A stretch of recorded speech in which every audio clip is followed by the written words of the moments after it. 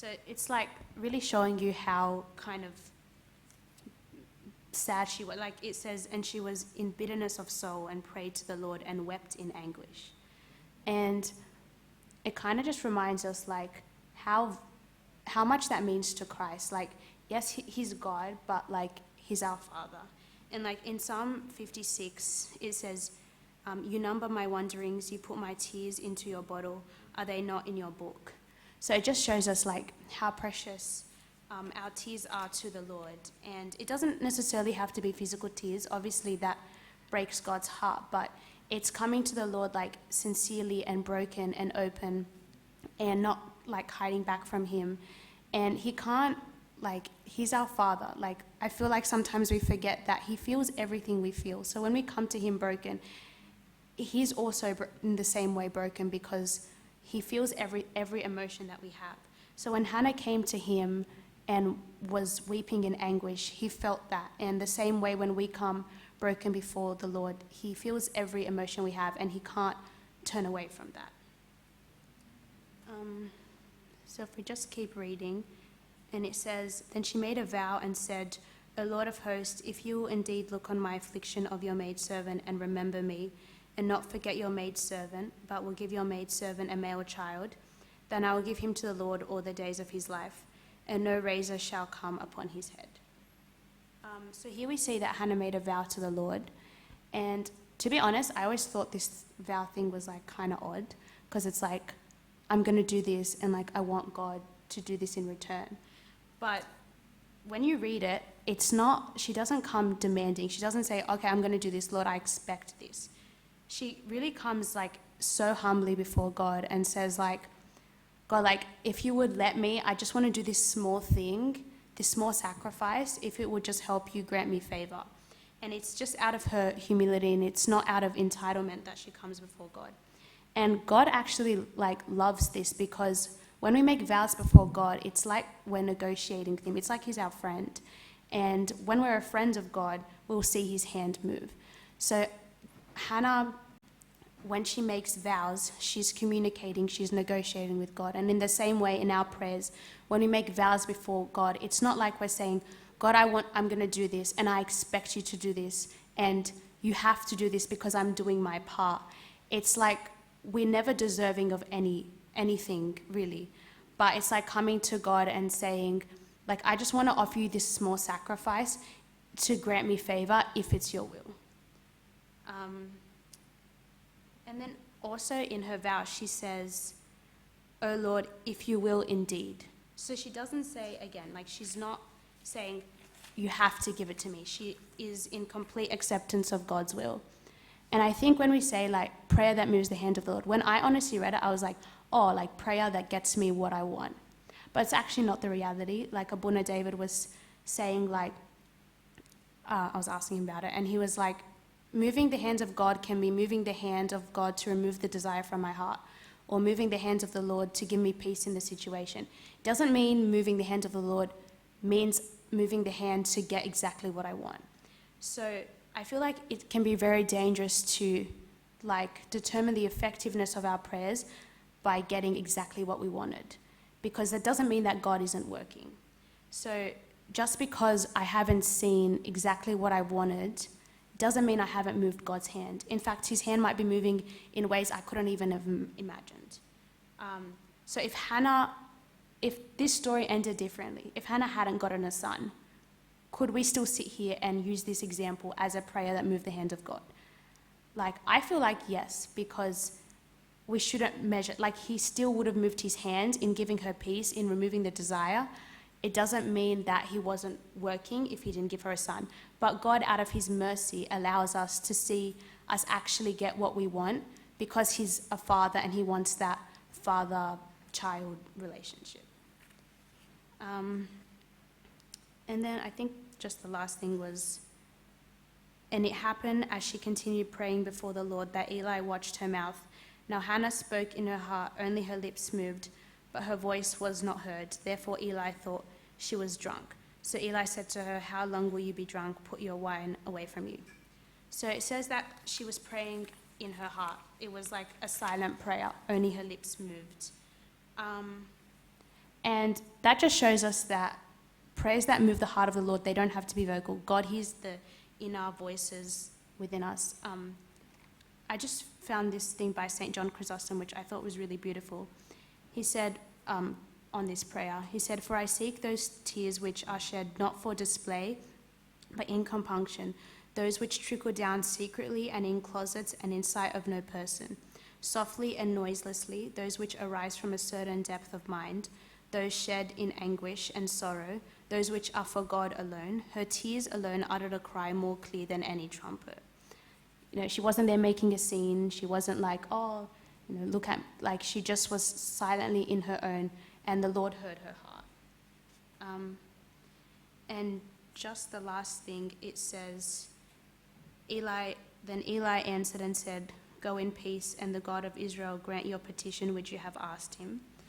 And she said, "Let your maidservant find favor in your sight." So the woman went her way and ate, and her face was no longer sad. And at this point, it's not like Hannah had an answer. She wasn't just pregnant straight away. She didn't know if she was going to get what she wanted. But she left it in God's hand, and she went away happy, and she went and ate. And I think that's just the marker of like complete surrender of our lives into God's hand. Like, we're not dwelling on it. We detach ourselves. Once we've put it on God, then we can remove ourselves from it. And if we can do that, then that's when we'll see God's hand miraculously moving. But when we are so attached and we won't let go, that's when we struggle to see his hand. So, I think this is like such a beautiful model for prayer. Whether Hannah had gotten her son or not, I feel like she still moved his hand. She came humbly before him. She offered vows, and she prayed silently. And I think it's a really beautiful example for us to use as a way to move God's hand.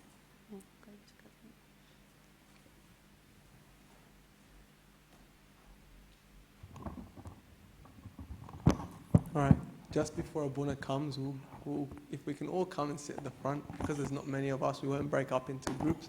We'll just have a discussion, and it's a time for all of us to say what we want, and please share, because we're all the same, Yanni, and so we're just going to have a quick discussion about prayer, and then Abuna will come and join us for the talk. So come to the front,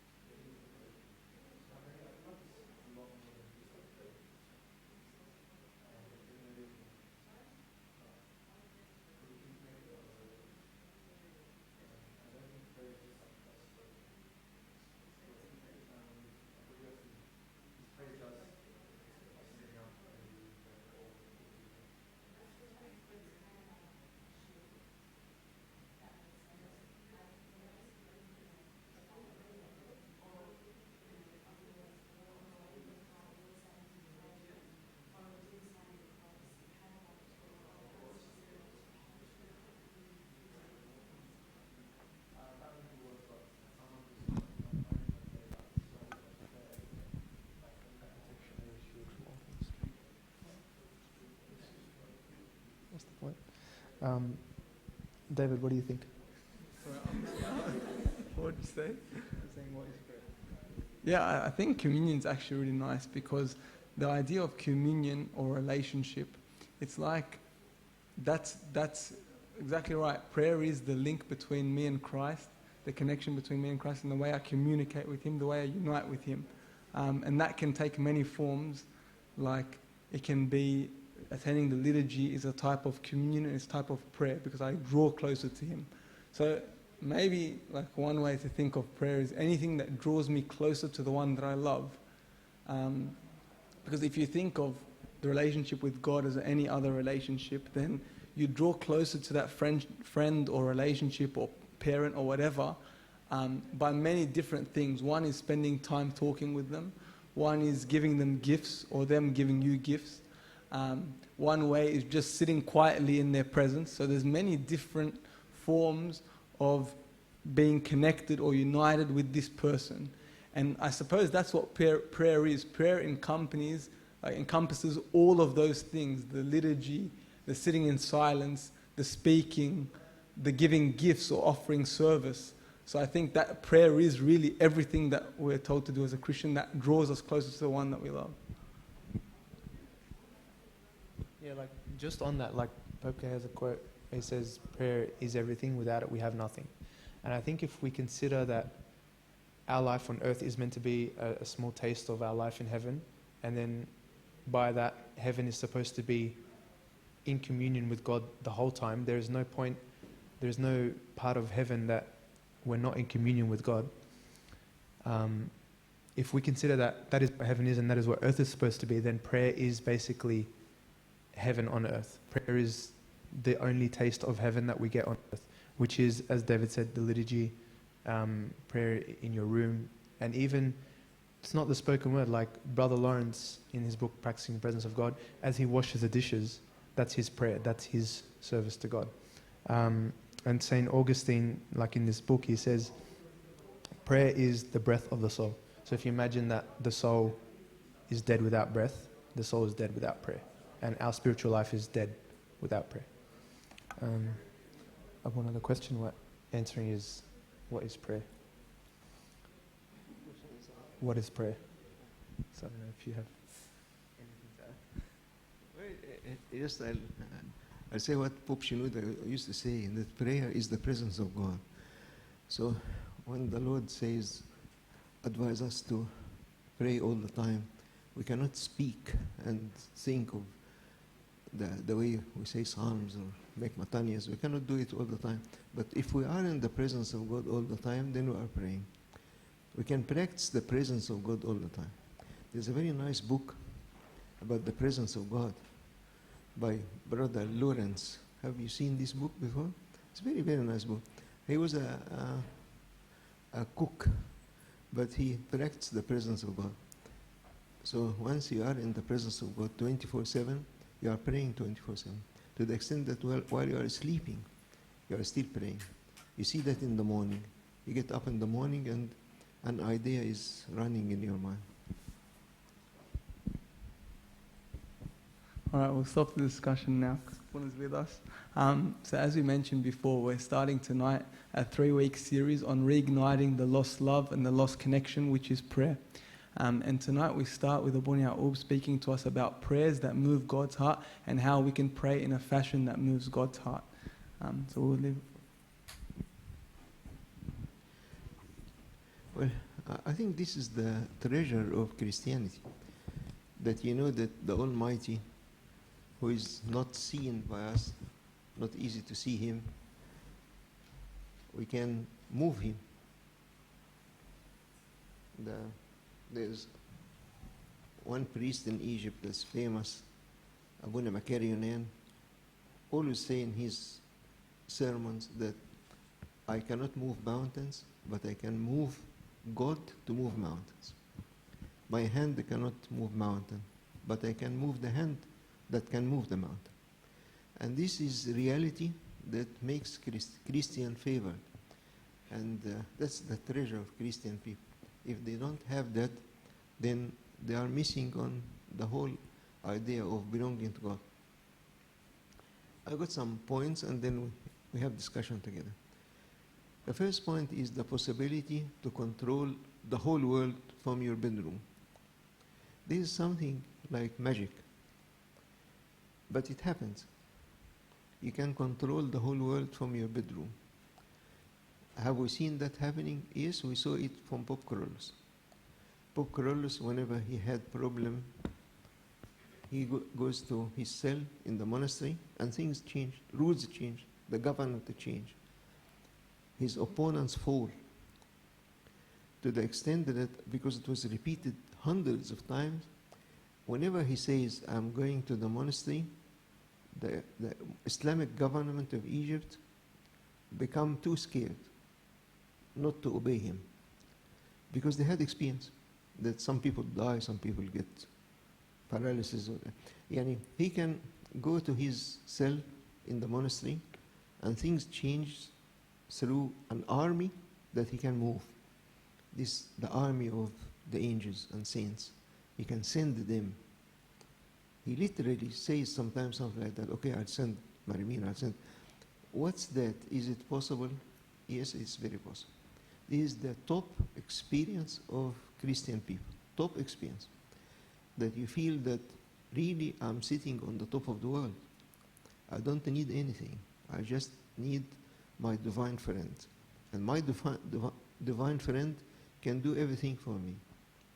You experience that with your boss at work, with your teacher to accept petition, with your friends, with your boss, with your in the church, in the service. We experience that many, many times, to the extent that it becomes the treasure that we don't like to miss.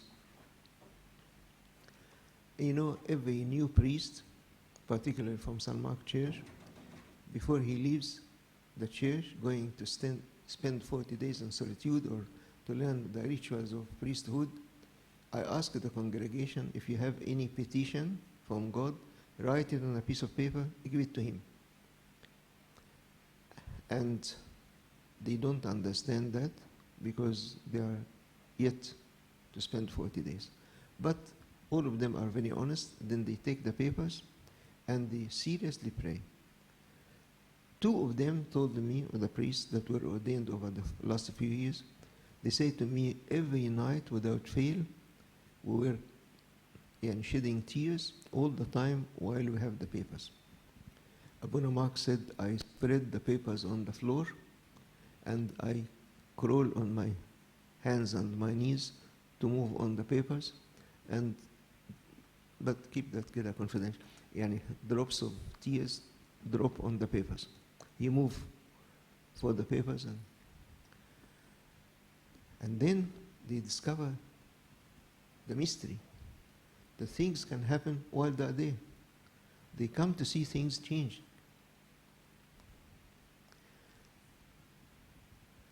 For example, I say this experience number of times. On the day Abuna Mark was going to the monastery, a parent came to me crying bitterly. What's wrong? Hey, my son, what's wrong about your son? He said he returned to drugs. We paid for him tens of thousands in rehab to stop. He stopped short time, then he returned to drugs. I said, write his name and send it to the new priest. So what new priest? That was ordained. Where is he? He said, rush, the car is moving. So he wrote the name and he mentioned the case. I said, write in English. And went and gave it to Abuna in his hand. As Abuna stayed 40 days there, the man came with tears again, but these tears now are tears of joy. He said, my son stopped. Abuna didn't see the boy. Maybe he didn't know the boy. But he shed tears 40 days. So he moved the whole thing from the room in the monastery. Was it only Abuna Mark or only the only event? Every single priest have this experience. I remember Abuna Suriel, St. Anthony. Before he left, I told him, the Lord will train you about the power of answering prayers. because this is the best training. Philosophy doesn't help, reading books doesn't help, but this experience is something real. Then I told him, I have a petition. Said, your servant, I'll tell you please, my son Mark is in HSC, and he is dying to do medicine. You pray there. It was the time that offers will be offered. And that's his name. As he returned back, I met him in the airport. Before he said to me, how are you? Is he in? I said, yes, he's in. He was relieved because he stayed 40 days doing that. How did I get this? Allow me to say my personal experience with that. I was invited to priesthood 30 years ago, and I was Sunday school superintendent in one of the churches, Amba Brown Church. And I had very strong relationship with the servants. We were always together as families, eating together, praying together. I used to go there every Friday, stay from Friday to Sunday. I sleep there. I leave my home Friday and I return back Sunday evening. I live there in the church, sleep there, eat there, and many of the servants did similar. If they don't sleep two nights, they sleep one night. So we're family. One of the lady servants there was very beloved to us as a family, and to the extent that I was going to Egypt. So travel agent with the church, and my family was going with another one just to save money. She went behind my back to the travel agent and paid $3,000 to change the tickets such that we go together. And the travel agent called me and said, you are traveling with your family. I said, it's costly, $3,000 more. He said, it has been sold. How? He didn't like to say how until I squeezed him. He told me, this young lady paid for the difference. I felt committed to this servant. I felt tremendous feeling about Haya. The night before we left, the day, she took us in her car, I and my wife, to buy presents to my wife going to Egypt. But along the way, she got a telephone call from a doctor saying to her, I need to see you. They did blood analysis, she and her husband, one day before that. And then she was worried about her husband. That something wrong because the doctor was speaking seriously. Anyway, we spent the day with her, went back home. That was the night before I traveled to Egypt to become ordained as a priest in Egypt. She telephoned me in the night, she was crying. I said, what's wrong? She said, it's not my husband trouble, it's me. I said, what's wrong? She said, I'm severely diabetic. And the doctor told me I have to start insulin injection, 2 injections every day. It was the saddest minute in my life. That young lady that paid all this effort for me and donated $6,000 and spent the whole day with me, and I'm going to become a priest. And then this is my start of service? The very beloved young lady that did that, I was sad. My confession father told me, when you become a priest, the Lord gives you a present. Then I said, that's it. That's my present. The Lord does something for this young lady. We were ordained. We stayed 40 days there. I remember that very well. Every day without fail. I go, worship, touch the relics of the saints, and touch the curtain of and I say to all of them, don't forget my present, don't forget my present. And my present, of course, you know what? That she will be healed. Diabetic is not curable. maybe type 2 style of life, but her Anas was 24. So it's, pancreas is dead. Every day I do that. I didn't tell her, of course. And I didn't tell anyone. Just every day I say, my present, my present. I came to Australia, and the airport, she was there. She came and greeted me, and she said, I have a present for you. The instant that she said, I have a present for you, my heart started beating, boom, boom, boom.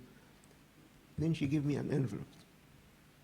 The envelope is her blood analysis, normal. And the doctor told her, sorry, it was a mistake in the pathology. They must have swapped, or because it's not chemo. Until now, she didn't have one tablet against diabetes. Then I got the idea. The idea, yani we can change the whole world from on my knees. Yes, I can use these weak knees to change things without seeing doctors, without going anywhere, without expectation, without knowing anything. You know this idea of knees. One Australian middle-aged man came to the church at St. Mark to see what's meant by knees bent in front of the altar. You know what's the story? The story, he was a patient with Abuna Elijah. He's a psychiatric patient. And he got psychiatric that helps him. Abuna Elijah is a general practitioner. He didn't specialize on purpose to become a priest.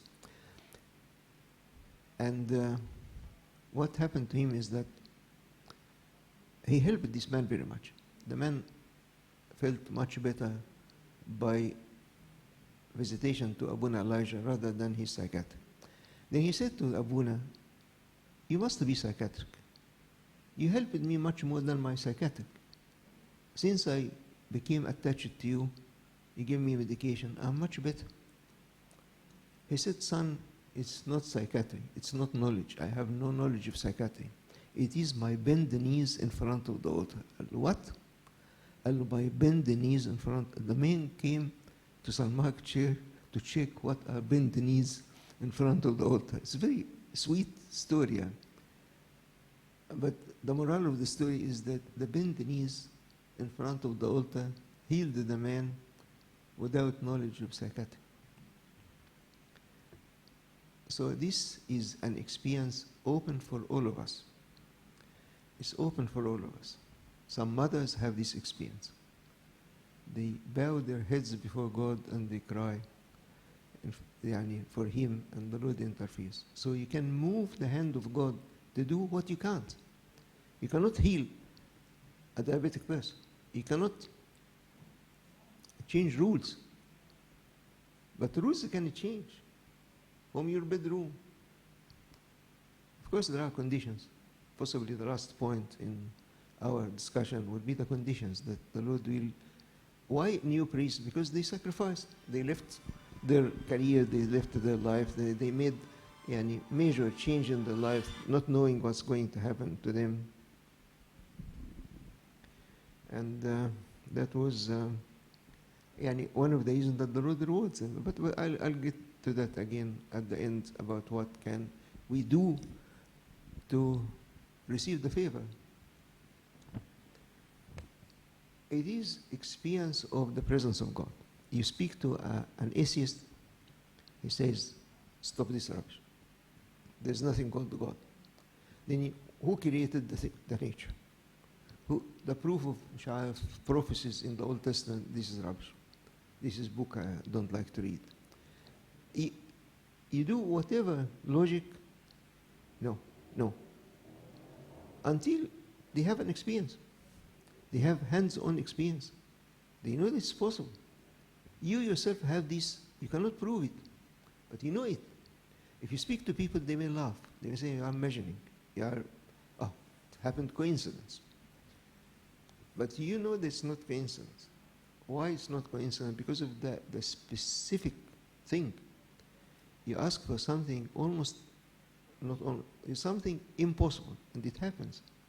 And because you ask, and the Lord gives you the feeling that I'll answer you, and it happens, then who after that says God doesn't exist? Let them say it. It's very sad, because you know that He is there, a resource for me. You know that Jesus spoke of this knowing Him as if you know a treasure, as if you found a treasure. Then you sell everything and buy this treasure.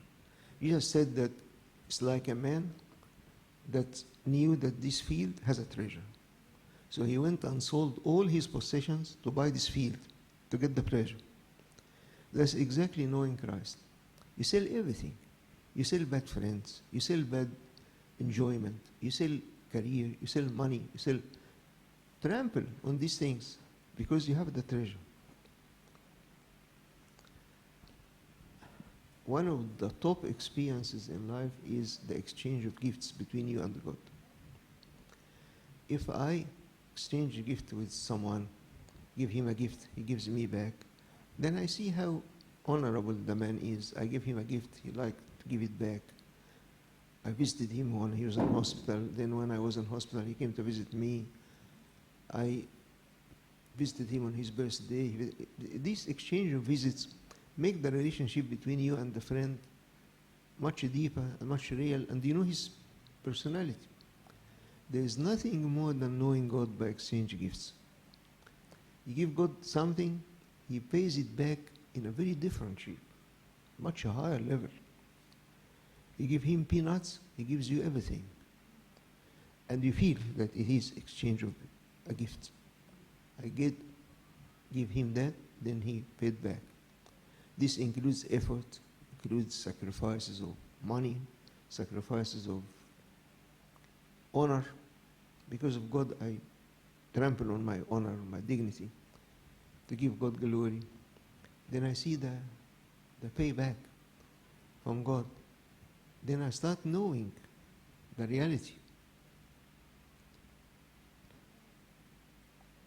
One of the reality that I know that is He can be my friend.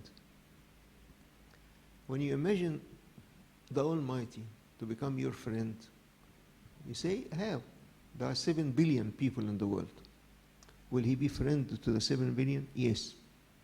As St. Augustine said, that sometimes you feel that it's I and Him, and that's it. As if the Lord is 24/7, is having nothing other than me. He's capable to do that with the 7 billion. He's capable to do it with everyone. Everyone feels that He's mine. He's my God, only me. He cares about only me, and I am with Him. He's my real divine friend. He called His disciples my friends. He likes us to be His friends. He invites us to be His friends. He elevates us a lot. It's like, many times we do the same when we befriend a pet. You're a human with all your intelligence, but you become friend with a pet. You care about the pet, and the pet loves you, and you love the pet. The pet is capable to get you out of bed, to get the cat some food at any time. And you think about the pet. You go and buy things for the pet. You sacrifice some of your own money, and instead of having leisure for yourself, you buy for the pet. But it's the pet. Maybe that pet is fish or whatever. This friendship, I love to watch YouTubes of friendship between creatures. Something unbelievable. You find that a dog is befriending a rat. Or think, God is very, very high. He's the Almighty. Can He reduce Himself to the extent to befriend me? I'm sinful. I'm doubtful. I did many things against His will. Is He capable to overlook all this and take me as a friend? That's His nature. That's why He was incarnate. Because he liked to become friend. That's why he created men to be his friends. We are created to be his friends. He created us that the Holy Trinity will not stay only Holy Trinity. It will be open to all of us to be accommodated in this community of love. So he chooses us as friends of his. And then this can happen. Out of that, you get confidence that compels him to answer your prayer.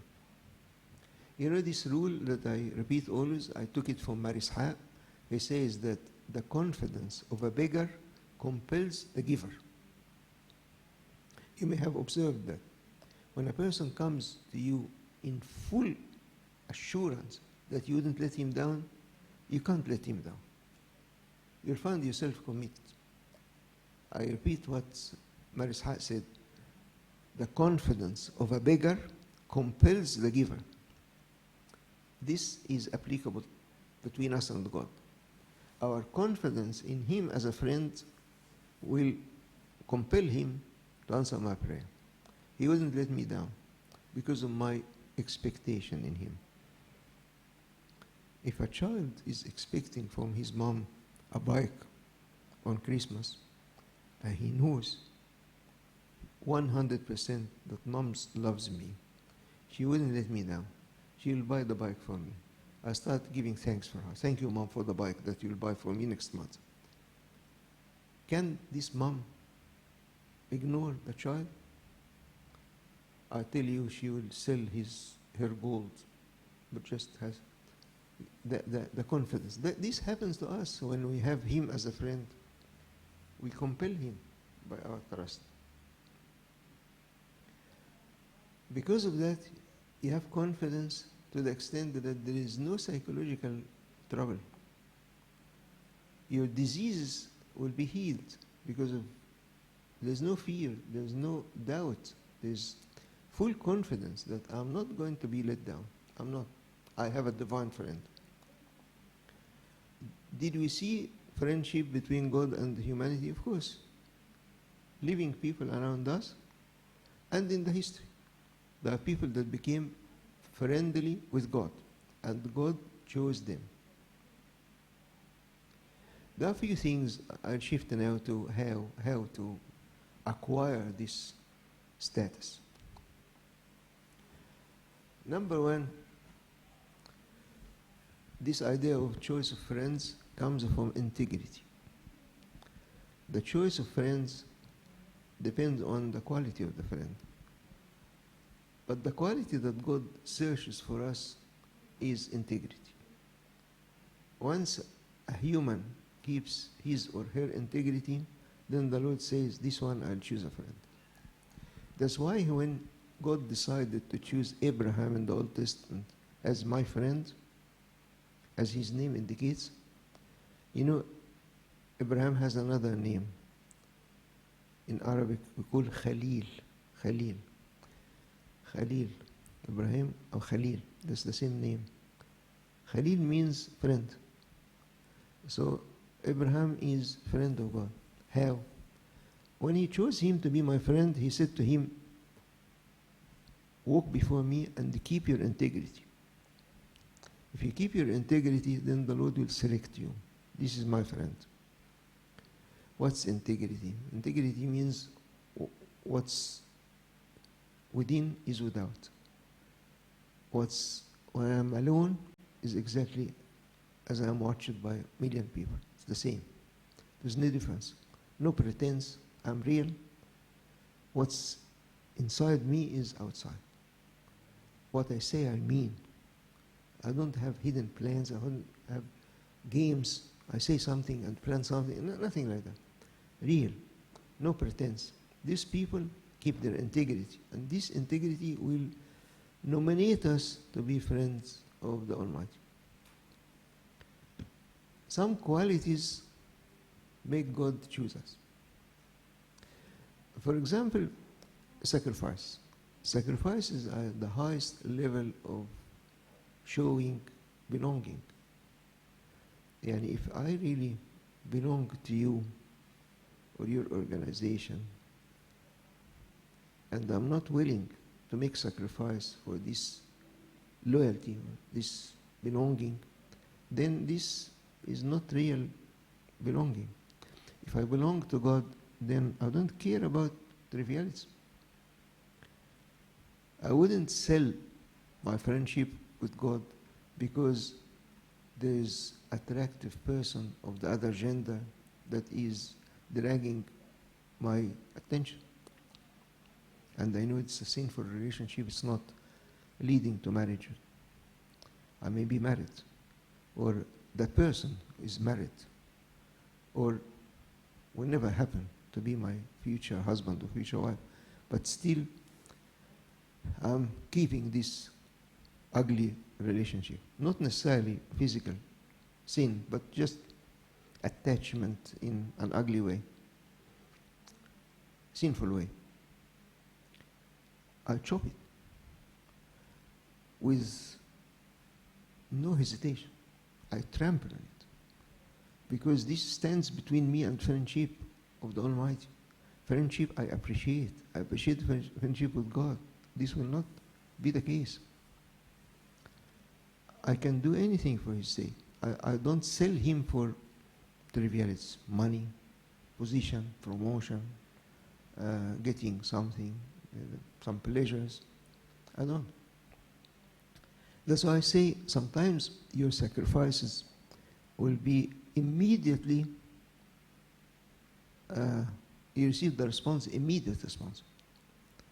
I dared one day in a talk to say to the people, take this experience and consider what I'm saying as if it is promise from me, and come to me and say, you are a liar, stop talking if this didn't happen to you. What? This following experience. You are possibly youth, alone in your bedroom, the laptop is open, and for some weakness, you went into bad sites, pornographic sites. You are highly excited, very excited, and on the verge of falling in masturbation. Then, the scenario is you turn the laptop off and fall on your knees and say to the Lord, I'm sorry. It was weakness, but help me. My love to you is higher. I wouldn't sell you for a few minutes of silly pleasure. It's not very pleasurable. After that, I'll be disturbed. I assure you 100% that the Lord will never let this sacrifice go without a smile from Him. He'll smile to you in some way. You'll see something, maybe the same day, very likely the same day, something that will show you that what you did was appreciated by God. It's my sin. I started. However, when I get out of it, I get reward, not punishment. And this happens always in any level of sacrifice. Sacrifice of sin, sacrifice of pleasure, sacrifice of money, sacrifice of friendship.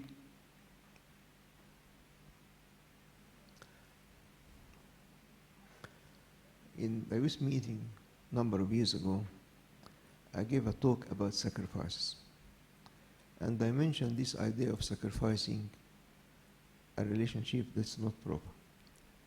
One of the girls that's sitting there was starting a relationship with someone that's very good, and he's offering clearly that he liked to marry her, but he's not Orthodox. And she was very agonized out of that, because she knows that she'll never be comfortable in non-Orthodox church, but the boy is very attractive, and who will marry me? At last I could find a good man. Even members of my family may be agreeable about it. I didn't know the story, but on the spot, after I finished the talk, we stood for prayer, and in that prayer she said to the Lord, I got the message. And she sent a message to this boy, I'm very sorry, I cannot continue with you. It's over, don't contact me anymore. Before the end of the following week, a wonderful man approached her from another state. I don't know how and why. Now she is married with children for this wonderful husband. Was it a unique story? It was the same scenario, or very similar, happened many times. You make a sacrifice of a relationship that's not right, then the Lord is responsible to make up for that by the proper way and in the proper time as a gift from God. Any type of sacrifice. The easiest is money. The majority of us are not in a situation that we can sacrifice big money. But I've seen that many times. It's actually a proof of existence of God. This idea of sacrifice. Sacrifice of money is amazing, amazing. This 100% evidence that God exists. You know, there's a verse in the Old Testament, in the book of Malachi, that says, bring your tithes to me and try me, says the Lord. Try me. The word try can be translated, it's a Hebrew word originally. I searched that, and they say that the word should be translated otherwise. Should be translated, know me, have experience with me. Develop understanding of who am I. And that's very true. Make a sacrifice and know who he is. Know his power, know his response. And then you discover that, and that's the reason that you make further sacrifice. You make more and more and more. And allow me to say a personal experience. Sometimes it's not good to speak about self, but yes, in an easy way I tell you something that happened to me about this idea of sacrifice. I was working at the University of Wollongong as a lecturer, and the dean came and said, apply for promotion. The year that academic people apply for promotion is under severe stress because they have to be assessed in every performance, student evaluation of all subjects, and they will be under the microscope. So I know that if I apply for promotion, I have to stay 1 year, very alert, prompt marking, coming exactly in the time, because these are the questions that they ask students. Booklet like that, each student has to fill. You maybe as a student filled this for a lecturer that was promoting, or senior lecturer promoted. Anyway, I had to apply. It's the dean that told me apply. In the same week, a priest in the church told me, we chose you to be the Sunday school superintendent. The Sunday superintendent in that church would require me at least 3 days a week in the church. It was beginning a church, and there's no service, there's no structure. I knew that this would be huge conflict. I need to stay 3 days in the church. I need to prepare. I didn't know what to do. I was in trouble. I went in that night and spoke to God and said, Lord, who cares about promotion? I'll serve you. And I confidently answered the priest and said, yes, I agree to become the Sunday school. It's okay. I knew that I lost the promotion, but I said it's okay. Then after a very short time, I got a strange telephone call from a person that was senior lecturer in another country, in Papua New Guinea. I said to me, I'm a senior lecturer, but I didn't get PhD. I don't have doctorate degree. Would you accept me to come over to Australia? I have a residency. To do PhD under your supervision? I said to him, I cannot afford giving you money. All the money that I gave at that time was 10,000, 12,000. The university gave us very limited amount of money to each lecturer, but What's that to a person that's senior lecturer? His salary may be 100,000 at the time. He said, I don't need money at all. I'm married, I have no children, I have plenty of money, I need PhD. I said, why did you choose me? He said that he read some of my papers, and my papers are the area that he's interested in. I said, welcome. He came. This man took from me all the load. He was marking all the papers. He was preparing all the labs. He was doing he was writing all the notes. And I was watching. Even in the labs, he says, stay in the office. I'll be there. If I need you, I'll call you. I didn't visit the labs. He was running it. He's a very efficient lecturer. And I got both. Why I said all this story? Because when I made this sacrifice, I didn't even imagine that there's something like that. Where from? Simply what I'm saying is that the Lord can have avenues that you never imagined that they exist. Where is this source coming from? There's nothing impossible with God. When God likes to help, He'll help. He can change rules, He can He can find people to stand for your favor. He can change the whole world upside down to make you happy. But make the sacrifice. It's a danger of the unknown. Because when you make the sacrifice, you don't foresee what's going to happen. You don't know. So it's a matter of faith. Just make the sacrifice for the sake of God, and that's it. Many people did this sacrifice not knowing what's going to happen, but they did. And then they got the reward. And then they know that God exists. And then they say, now I know why the Lord called Himself a treasure. Because it's a treasure. I can move the world from the place I'm in.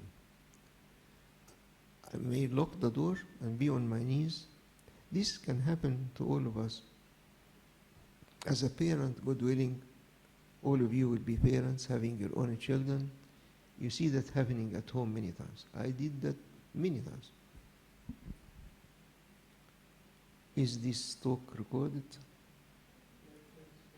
Stream even? Oh, no, I have to be. I was about to say a story about my children, but they'll kill me. So. Well, the moral of the story is that some of my children were very naughty. I didn't know what to do with them. I just went to my room, locked the door, and fell on my knees, and I said to the Lord, I'm a failure, Father. I did many sins in my youth. Don't punish me in them. Punish me, but not in them. And if you like to punish me, but don't make the punishment that my children will be in. And then the very naughty son of mine that was disturbing me knocked on the door and said, sorry, Dad. And so you can speak to God, and God speak to him, and He comes to you. And don't do things directly. Do them through the Almighty, the unlimited power. The thing is that His power is unlimited. I'll tell you something that Pope Carolus said. He said, whatever God can do, prayer can do. Whatever God can do, prayer can do. Because prayer has access to the powers of God. Imagine the unlimited power of the Lord is available for me if I'm His friend. My friendship to Him must be real.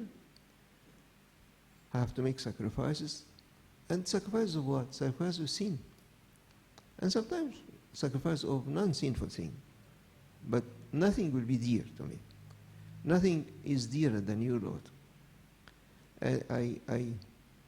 You know, the monks and nuns, when they make this dangerous decision, the unknown, they leave the whole world with all its future, all the money, all the possession, all the cars, all bank account, all marriage, children, nothing. And they go there. They throw themselves in the unknown. in no place, nowhere, in the desert or whatever. This is crazy, is mad. But after that, by a number of years, you speak to them, they say, do I deserve to be here? How sweet this place. What's sweetness? What's this desert out of nowhere, no money, no comfort?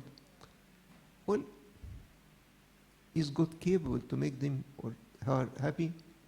That's the experience. Then you know that the dangerous sacrifice that they made was met by the Almighty. It's a matter of knowing His quality. You know who is the Almighty. You trust Him. Sometimes we make it gradual. You make a step and the Lord shows the reflection. Then you make a further step, higher step, and then after that you offer all your life with no hesitation. I'll stop at that if you have one question or so. Do you have any questions or comments or addition? Some of the servants would like to add experiences.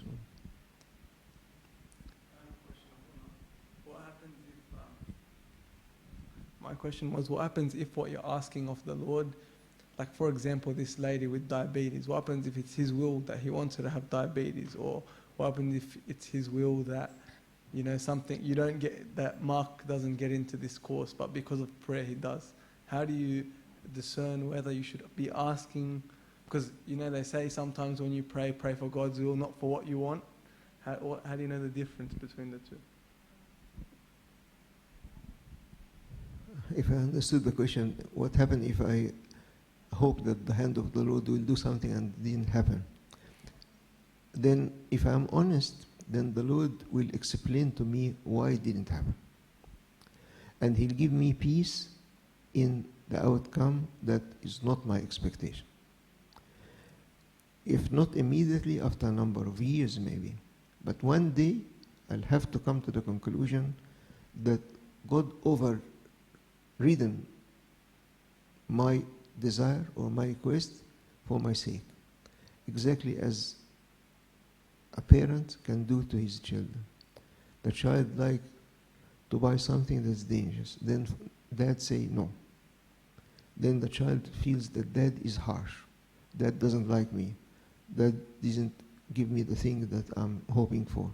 But after some time, when they grow a little bit, then they discover that dad is very caring, very loving, but he didn't buy that for me because it was not good for me. The same happens with our bad desires.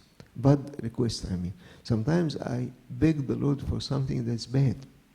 Then God, in His mercy, doesn't allow this to happen. Then I become a bit disturbed. Why? But God is responsible to explain to me. He wouldn't leave me unhappy because He denied offering me what I asked for. He'll prove to me. I don't imagine scenario of Joseph in the Old Testament when he was exposed to this great difficulty that ended by jail. He may have asked God, please rescue me from jail. And the Lord didn't answer him. It ended by him being thrown in jail. He didn't understand. Is it because I'm pure? Is it because I obeyed you, God? It ends by me thrown in jail. 13 years? About 13 years he was in jail. Is it fair? But the day happened when he was taken from jail to the throne, and he saved the whole world there. Then at that time say, thank you, Lord, that you didn't listen to my silly request to be exempted from jail. So simply, if the Lord doesn't respond to my petition, then He will prove to me that this is not bad. This is because of my love to you. How He proves it, it's up to Him how to prove. But He will, if I'm honest. But in the meantime, sometimes I have to know that He answered. Then some people come and say, is it probability? Maybe probability. I ask for 10 things. God gave me 5, and He didn't give 5. Then it's rubbish. It's just probability. No. No, why? Because when He answers you with specific things that will make you feel that it cannot be coincidence. For example, figures. Sometimes you need a figure معين, particular figure. يعني, I think I say this as a story that happened to me about how the Lord answered me with a figure. The number itself showed something. It was one of my sons came to me before an exam by 2 hours saying to me, I'm not ready for the exam. Please help me get medical certificate because there's a doctor here in Enclave that begged her to give me medical certificate. I don't like to sit the exam after 2 hours. I'll fail 100%. I'm not ready at all. I said no. He said, Dad, if I fail, I'll repeat the year. But if this medical certificate, they give me supplementary. I'll sit the exam after a number of weeks and I'll pass and I don't lose 1 year. I said no. So what do you mean by no? I said, you'll pass. Will I pass this year, Dad? I said yes. Are you sure, Dad? I said yes. Because I cannot be hesitant because the exam after 2 hours. And I said, yes, you'll pass. Dad, are you sure of that? I said, I told you you'll pass. Then his face changed and he went. After he went, his face was very happy, but not me. My heart melted. What if he fails? Then I was alone in the church. I went to the altar and kept crying, Lord, please, please, do a miracle that he'll pass. He's not ready. I didn't feel comfort. Then I went to Amba Daniel. I said, Sayyidina, you are the channel of grace for us. You are the bishop. That's what happened to me. And he meet me in the other, at the time he had 2 duplex next to each other. He said, meet me in the other one. I went to the other one. He came down, having with him some 20 pages, handwritten, with very old papers, petitions. I said, let us bow down. He bowed on a carpet, but I kneeled against no carpet. My knees were hurting after 2 minutes, and the papers are about 25 pages. He read them slowly and repeats. My knees were on fire. It took him about 20 minutes. But I should ask him to give me these papers because they were petitions. We have no help other than you. Don't let us down. You know this style of prayer. ما يهونش عليك. You're not يعني. Then I finished the 20 hours and went back home based on his confidence. And then the result came. The boy failed. And he was very nice. He didn't even say to me, you promised or something. He failed. خلاص. I repeat the year. I was broken, really broken. I said I'll never pretend to be a saint. Yes, you'll pass. I'll never do this again. And I was really sad, not only for his failure, but for the whole story. It didn't take my sadness more than 1 week. He got actually 37 out of 100. I remember the figure very well. 37 out of 100. The pass mark was 50 or 55 or something. So he's far, far from petition or something. After about 1 week, he came to me with big smile. Dad, they changed the pass mark to be 37. Never make a pass mark 37. It can be 35, it can be 40, but 37. The pass mark is, said, yes, he said any person that got 37 and above passed, and I passed.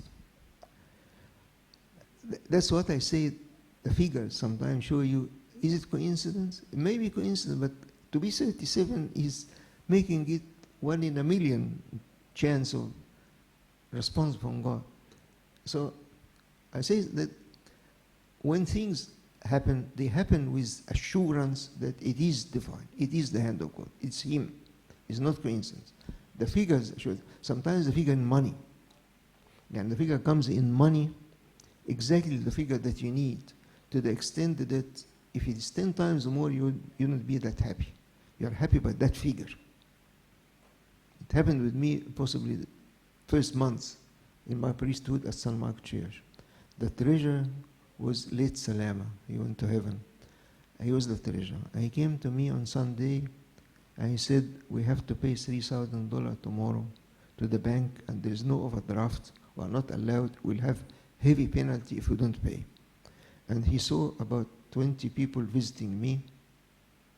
They came actually from another church to congratulate me. Then he found it a good chance to collect the money. I said, Salama, these are visitors from another church. And their church is even poor like us. Don't speak about money. He said, what can I do with the Caesar? I said, Salama, we don't speak about money. Then he said to me a parable, we say in Arabic, if your hand is in fire, is not like your hand in water. As if he's saying, your hand is in water, but my hand is in fire because I have to pay Caesar tomorrow. Anyway, he left angry. He repeated and said to him with a strict tone, I said to you not to speak about money. He left. Then after half an hour, he gave me a ring and said, I'll never speak about money again, I'm sorry. I said, it's okay. He said, no, you don't know what happened. What happened? He said he got a telephone call from General Treasurer that there was a check written to St. Mark Church and Uncliffe that went to St. Mark Church in Canberra by mistake. And people there were honorable to see written in bracket Uncliffe. Then they send the check back. How much is the check? It's 3,000. The fact that it's 3,000 made me happier than 300. Because it's not the money that made me happy. It is the care of God. That God care, you need what? You need 3, you take 3. You don't take 3.5. Why to take more than 3? Need 3, I send you 3. So that's what I say, the clarity of the dealing with God with details that makes you feel that's not coincidence. Such that if he doesn't answer me, then I know that his plan is not to answer me. Because when he answered me and gave me evidence that it is me that did it. Thank you very much for listening. May the Lord give us this faith. Glory be to his name forever. Amen. All right, we'll just stand up for prayer.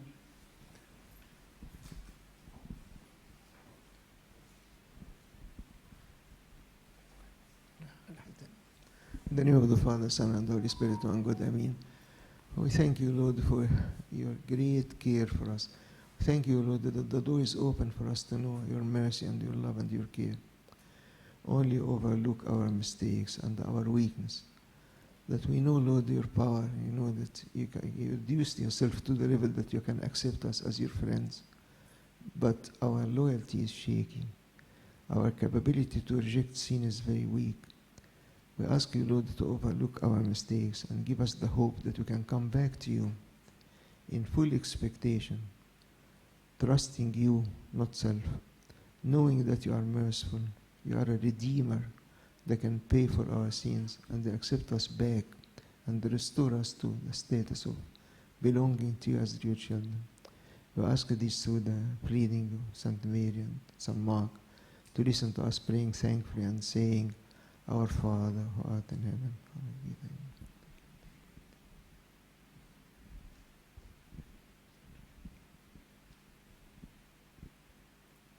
The kingdom, the power, and the glory forever and ever.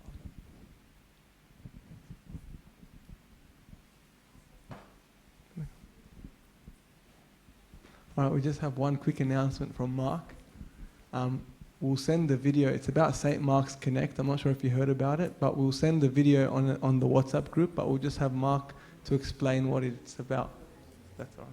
No worries. Thanks, Didi. I appreciate it. Hey guys, how you going? I won't be long, guys. I know we finished the meeting, but it's just a couple of minutes, and I know there's not a lot of you here today.